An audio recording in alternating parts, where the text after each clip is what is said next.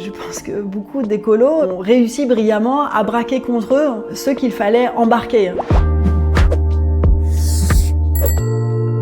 Notamment beaucoup d'agriculteurs qui se sentent pointés du doigt pour leurs pratiques, pour leurs usages, et qui, au lieu de se transformer ou de bouger vers là où on aimerait aller, se figent, et du coup les discours se polarisent entre les gentils d'un côté, les méchants de l'autre, et en fait c'est complètement contre-productif. Et donc c'est pour ça que très clairement, le cœur de mon projet, et de ce que j'essaye de faire dans mes documentaires, c'est de dépolariser en fait tous ces sujets-là, parce que la transition agroécologique ou la situation dans laquelle on est aujourd'hui, c'est des dynamiques qui sont dans le temps long. Moi, j'utilise souvent cet exemple de la cigarette. Beaucoup d'écolos aujourd'hui fument, et donc ils vont alimenter une industrie qui est perverse, et pour autant, même s'ils savent tout ça, c'est compliqué d'arrêter de fumer. Si on met cette même addiction en parallèle avec l'addiction qui a été imposée, qui a été shootée au monde agricole, de travailler selon tel type pratique, avec tel produit, avec telle machine, avec tel fonctionnement bancaire, économique, se sevrer de ça, c'est très compliqué en fait.